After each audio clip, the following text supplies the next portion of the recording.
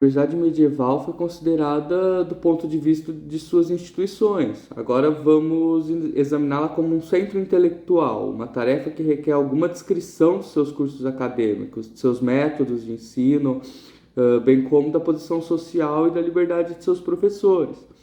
O elemento de continuidade, algo que é tão claro nas instituições, com frequência é menos evidente no conteúdo do ensino. Entretanto, até mesmo nesse aspecto, o fio de ligação é ininterrupto e o contraste com a situação moderna é menos pronunciado do que se costuma supor. Então, como vimos anteriormente, a educação na Alta Idade Média era baseada nas chamadas sete artes liberais, três das quais a gramática, a retórica e a lógica. Então, elas eram agrupadas no trivium, enquanto que as outras quatro, a aritmética, a geometria, a astronomia e a música, formavam o quadrivium. Ou seja, o primeiro grupo era o mais elementar, o segundo era elementar o bastante. Durante a decadência do ensino antigo, o número de disciplinas foi estabelecido e o seu conteúdo foi padronizado, uma concepção que chegou integralmente à Idade Média, principalmente por meio do livro de um certo Marciano Capella, escrito no início do século XV.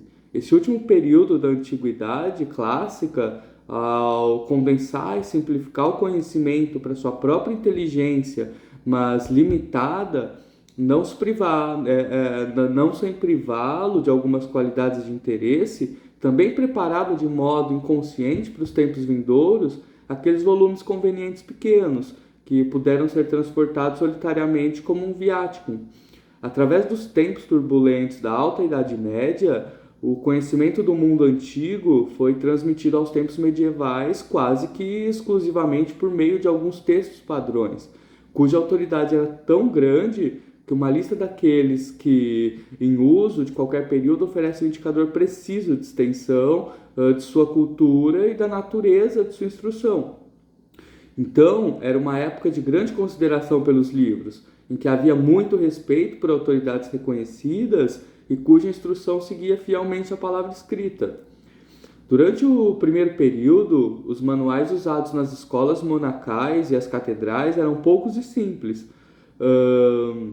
Entre eles se destacam as gramáticas latinas de Donato e Preciano, juntamente com alguns livros básicos para a leitura. Os manuais de lógica de Boécio, bem como seus textos sobre aritmética e música, um manual de retórica, as proposições mais elementares da geografia e um esboço da astronomia prática, tal como aquele do Veneral Beda, não havia obviamente nenhum livro escolar de grego.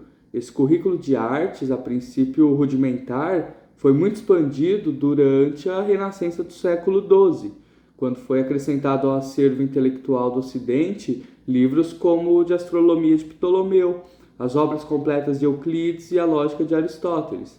Ao mesmo tempo que estimulou-se muito a leitura dos clássicos latinos na disciplina de gramática, essa renovação dos estudos clássicos, algo notável e relativamente pouco conhecido, tinha o seu centro em escolas catedrais como as de Chartres e Orleans, onde o espírito do verdadeiro humanismo se manifestava no entusiasmo com que eram estudados os autores antigos e na produção de versos em latim, cuja qualidade era realmente extraordinária.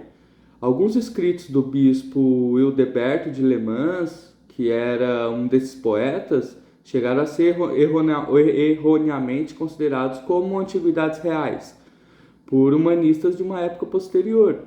Contudo, apesar de brilhante, o referido movimento clássico teve vida curta, pois já no seu início foi esmagado pelo triunfo, não apenas da lógica, mas também dos estudos mais práticos de direito e retórica. Ainda no século XII, João de Salisbury atacou os lógicos de sua época, os quais tinham um conhecimento superficial de literatura. E já no século XIII, os estudos literários desapareceram do currículo das universidades completamente. Por volta de 1250, quando o poeta francês Henrique de Andely escreveu A Batalha das Sete Artes, os clássicos já eram os antigos lutando uma batalha que já fora perdida contra os modernos. Se o currículo da Faculdade de Artes surpreende pela ausência de literatura vernacular e de clássicos antigos, um fato igualmente notável é a grande importância dada à lógica ou à dialética.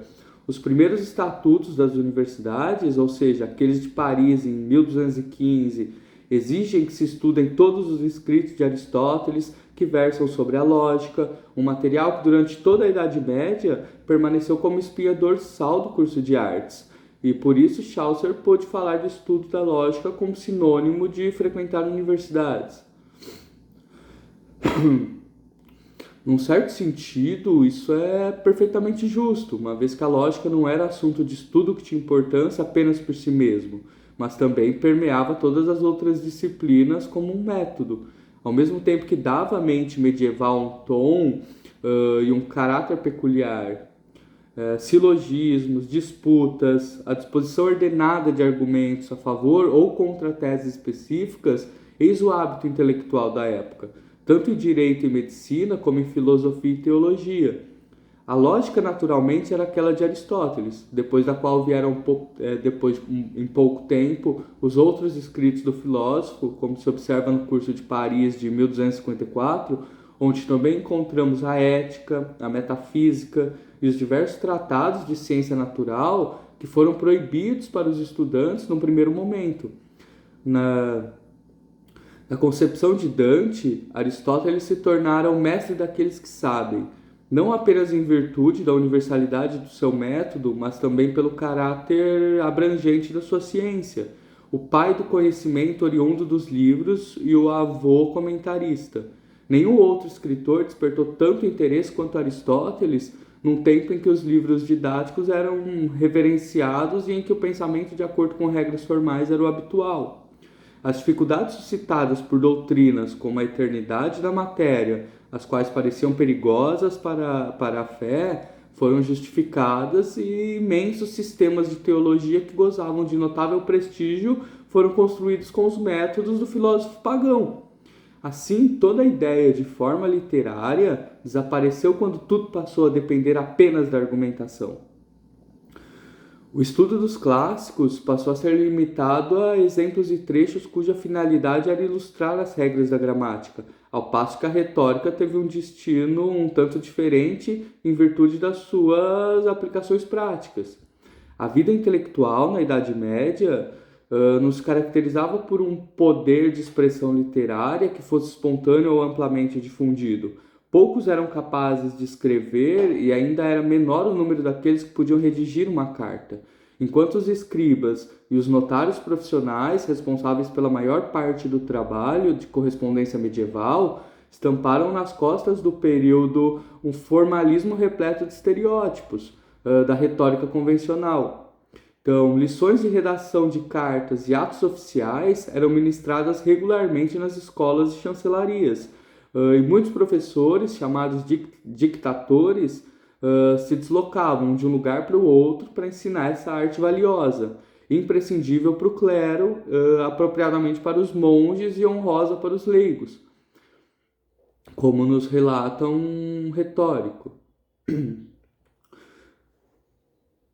No século XIII, os referidos mestres já haviam encontrado lugar em algumas universidades, especialmente na Itália e no sul da França, e anunciavam seus serviços de uma maneira que foi comparada com as promessas de um curso de negócios da era moderna. Rápido e prático, sem perda de tempo com autores clássicos já superados. Tudo novo, conciso e atual. Pronto para ser usado no mesmo dia se necessário. Do mesmo modo, um professor em Bolonha ridicularizava os estudos de Cícero, alguém que ele não se recordava de ter lido, e prometia ensinar a seus alunos como escrever todos os tipos de cartas e documentos oficiais, exigidos dos notários e secretários do seu tempo. A utilidade prática desses professores tornou-se imediatamente óbvia, uma vez que, como veremos na próxima conferência, se especializavam na redação de cartas estudantis, as quais eram principalmente apelos habilidosos às carteiras dos pais. Hoje, diz o escritor, vamos abordar o tema de um estudante em Paris. Ele é pobre, aplicado e precisa escrever uma carta para sua mãe sobre despesas urgentes. Algo assim não persuadiria qualquer ouvinte de haver encontrado, ao menos nesses professores, um ensino verdadeiro e genuíno? O professor de retórica também podia ser chamado para esboçar um folheto universitário, como a circular publicada em 1229 pelos mestres da Universidade de Toulouse, que expunham a sua superioridade sobre Paris. Teólogos ensinando nos púlpitos e pregando nas esquinas das ruas, advogados enaltecendo Justiniano e médicos exaltando Galeno, professores de gramática e lógica, músicos com seus órgãos, preleções sobre os livros de filosofia natural, naquela altura proibidos em Paris. Preços baixos, uma população amigável, o caminho agora preparado pela erradicação dos espinhos da heresia, uma terra de onde mana leite e mel, onde Baco reina nos vinhedos e Ceres reina nos campos, sob o clima ameno tão desejado pelos filósofos de outrora, com indulgência plenária para todos os mestres e estudantes. Quem poderia resistir a semelhante poder de atração oriundo do sul? Como a gramática e a retória reduziam-se a uma posição subordinada e os estudos do quadrívio mal recebiam atenção, o curso de artes era principalmente um curso de lógica e filosofia, além de todos os elementos de ciência natural que pudessem ser aprendidos pelos estudos escolásticos dos livros de Aristóteles sobre a natureza. Não existiu nenhum laboratório até muito tempo depois do fim da Idade Média, e mais tempo ainda se passou até que fosse possível ouvir nas universidades algo sobre história ou ciências sociais. A regra era o estudo atento e rigoroso de alguns livros, muito bem lidos. O curso de artes normalmente conduzia ao grau de mestre no prazo de 6 anos, e o bacharelado ficava em algum ponto intermediário. A graduação em artes era a preparação habitual para o estudo profissional, era regulamentarmente exigido para a teologia e usual para aqueles que tinham a intenção de se tornar advogados. Os médicos, advogados ou médicos no caso, uma sábia tradição para a qual o mundo norte-americano tem dado pouca atenção. Ao contrário do que se costuma acreditar, havia relativamente poucos estudantes de teologia nas universidades medievais, já que um treinamento teológico para o sacerdócio somente passou a ser recomendado a partir da Contra-Reforma. Os requisitos para admissão eram elevados, o curso de teologia em si mesmo era longo e os livros eram caros. É verdade que, em geral, esses livros eram apenas a Bíblia e as sentenças de Pedro Lombardo, mas a Bíblia, durante a Idade Média, podia conter vários volumes, especialmente quando acompanhado de glosas e comentários, o que tornava a cópia manuscrita desses livros um negócio cansativo e oneroso. Um aluno ambicioso em Orleans, que pedia dinheiro para comprar uma Bíblia e iniciar o estudo da teologia, é aconselhado pelo seu pai a escolher uma profissão mais lucrativa. Os reitores de Paris se queixam de que os alunos, na melhor das hipóteses, iniciam tardiamente o estudo da teologia, quando essa deveria ser a esposa de sua juventude. A medicina também era estudada nos livros, principalmente autores como Galeno e Hipócrates, acompanhados de seus tradutores e comentadores, entre os quais Avicenna passou a ocupar o primeiro lugar depois do século XIII. Com efeito, Avicenna estava arraigado mais firmemente no Oriente, visto que ainda em 1887, a maioria dos médicos nativos da capital da Pérsia não conhecia nenhuma medicina além daquela de Avicenna. Então, com exceção de alguns avanços nas áreas de anatomia e cirurgia realizados por algumas escolas do Sul, como Bolonha e Montpellier, as universidades medievais não contribuíram para o conhecimento da medicina, pois nenhum outro assunto se adaptava tão pouco ao método predominante, marcado pelo dogmatismo verbal e silogístico. A base de todo o ensino de direito era, inevitavelmente, o Corpus Juris Civilis de Justiniano, visto que a lei consuetudinária da Europa medieval jamais foi um tema de estudo universitário. O principal livro era o Digesto, que resumia os frutos mais maduros da ciência e do direito romano, e foi o conhecimento profundo do Digesto que deu primazia aos civilistas medievais. Estes, ao fazer uma glosa minuciosa empregavam recursos de todo o corpus na redação de cada trecho e exibiam um pensamento legal que, em apura e sutileza, era análogo ao dos filósofos escolásticos. Afinal de contas, a lei é uma forma de escolasticismo. Todavia, o método filosófico dos escolásticos perdeu grande parte de sua influência sobre o mundo moderno, enquanto que o trabalho dos glosadores ainda sobrevivem em muitos aspectos.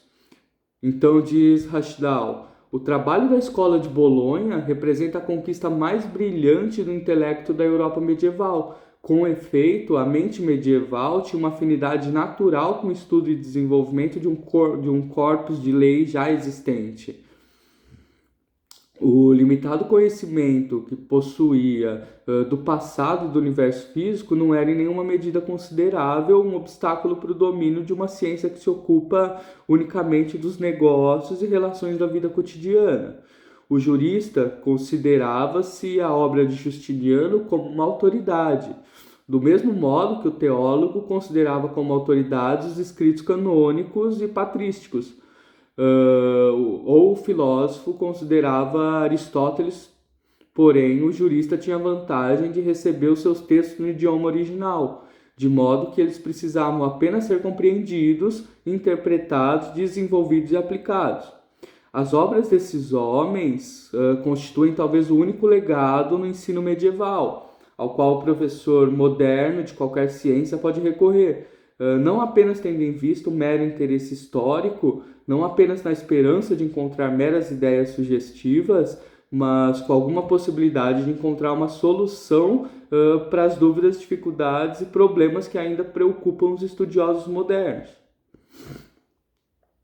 O direito canônico estava intimamente ligado ao direito civil.